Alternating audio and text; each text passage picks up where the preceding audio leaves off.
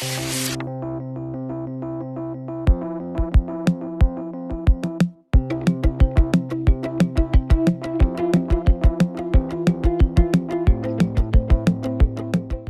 a todos, en el video de hoy vamos a tratar un tema realmente fascinante porque vamos a conocer el origen de la temperatura.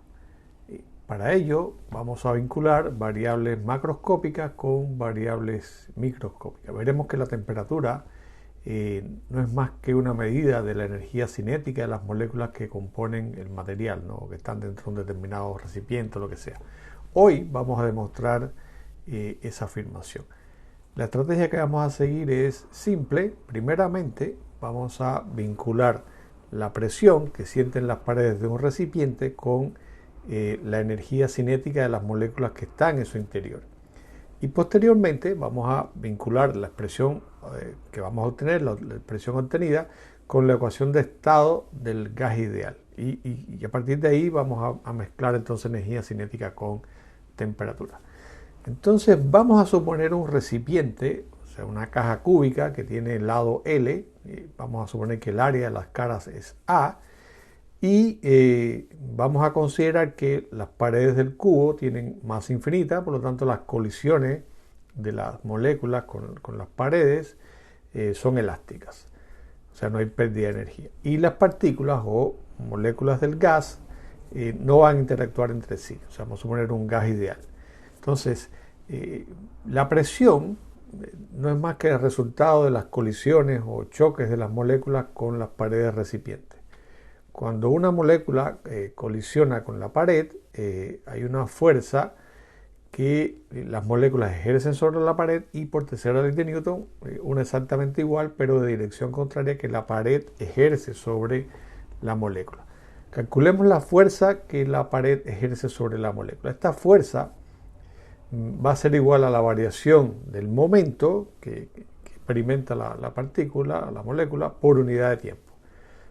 Dentro del recipiente vamos a tener n moléculas, pero concentrémonos por ahora en una de ellas. Esta molécula va a tener unas componentes de velocidad en todas las direcciones, pero vamos por ahora a concentrarnos en la componente Vx y después extenderemos el análisis para las otras dimensiones. Una partícula que se acerca a la pared con velocidad o con componente de velocidad Vx tiene un momento m por Vx, y al colisionar luego la partícula, luego la colisión, la partícula retrocede con la misma velocidad, pero en dirección, digamos, contraria del eje X, ¿no? Por lo tanto, su momento final es menos mvx. Entonces la variación total del momento del delta P va a ser 2 veces mvx. Entonces, digamos que el momento cambió, ¿no? Entonces, por lo tanto, ese cambio de momento, digamos, se debe a esa fuerza que ejerció la pared. Entonces, ahora vamos a dividir esta variación de momento entre el tiempo para obtener la fuerza y consideremos ese tiempo como el tiempo en que demora entre dos colisiones, el tiempo entre dos colisiones. Y ese tiempo será, suponiendo que como habíamos dicho, que no hay interacción y no pasa nada, que el tiempo que demora la partícula en ir desde un lado hasta el otro y regresar, o sea, eso sería recorrer una distancia de 2L. Y bueno, esa sería la distancia. Si dividimos entre la velocidad, entre Vx, vamos a tener el tiempo que se demora en ir y virar. Entonces sustituimos en la expresión de la fuerza y vamos a obtener que la fuerza promedio que recibe la pared sería m por Vx al cuadrado entre L, ¿no? Entre L.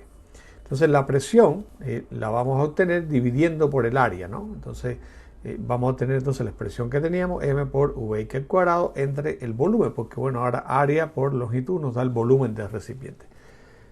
Pero fíjense que pusimos una determinada velocidad, pero por lo general la velocidad que tienen las partículas dentro del recipiente no todas van a tener la misma velocidad, por lo tanto debemos considerar una velocidad promedio porque no todas tienen la misma velocidad, repito. Por lo que vamos a reescribir la expresión que hemos encontrado recién y en lugar de poner una expresión absoluta para la velocidad, pongamos el promedio de esta velocidad al cuadrado. Entonces, si ahora consideramos que las tres direcciones en el espacio, la velocidad total al cuadrado promedio de cada partícula será igual a la suma de cada una de las componentes. O sea, como estamos viendo en pantalla, v al cuadrado sería vx al cuadrado más vi al cuadrado más vz al cuadrado. Y por otro lado, el espacio es isotrópico y por lo tanto tiene la misma probabilidad que la partícula vaya en la dirección x que en la y o en la z, por lo que el promedio de vx al cuadrado va a ser igual al promedio de la velocidad en y al cuadrado y va a ser igual al promedio de la velocidad en z al cuadrado. Por lo que podemos decir que vx al cuadrado es un tercio de la velocidad total al cuadrado, que es la velocidad total de la partícula. Entonces, adicionamos a la expresión que habíamos obtenido anteriormente de la presión para una partícula, el número de moléculas, n, y obtenemos la expresión para la presión en función de la velocidad promedio de las partículas. Recordemos ahora que la energía cinética de una partícula va a ser un medio de la masa por su velocidad al cuadrado, por lo que manipulamos un poco la expresión anterior y vamos a obtener que la presión sobre las paredes del recipiente es igual al número de partículas dividido entre el volumen por 2/3 de la energía cinética promedio que tiene una molécula o partícula.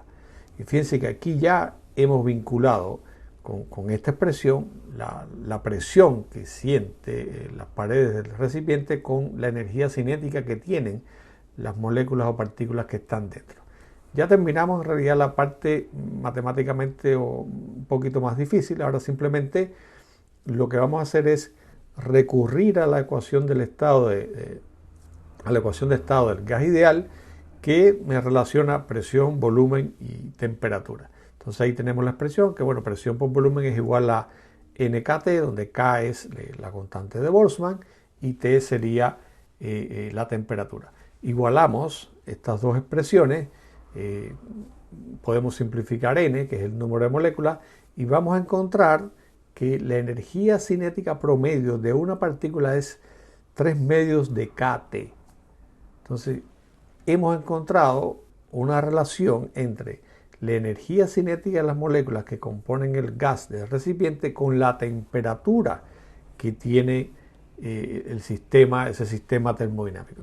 Entonces, la temperatura, que es una variable macroscópica que podemos medir, la hemos relacionado con una variable microscópica que es la velocidad que tiene como promedio las moléculas que están dentro del recipiente. Entonces, con esto hemos demostrado que la energía cinética está directamente relacionada con la temperatura del recipiente y, como es lógico, a mayor energía cinética de las moléculas, mayor será la temperatura y viceversa. O sea, si por alguna razón aumentamos o calentamos el recipiente, lo que estamos haciendo es aumentando la energía cinética del gas o de las moléculas que están dentro del recipiente y por supuesto también ahí, por consecuencia, estamos aumentando la presión, que ya lo habíamos estudiado.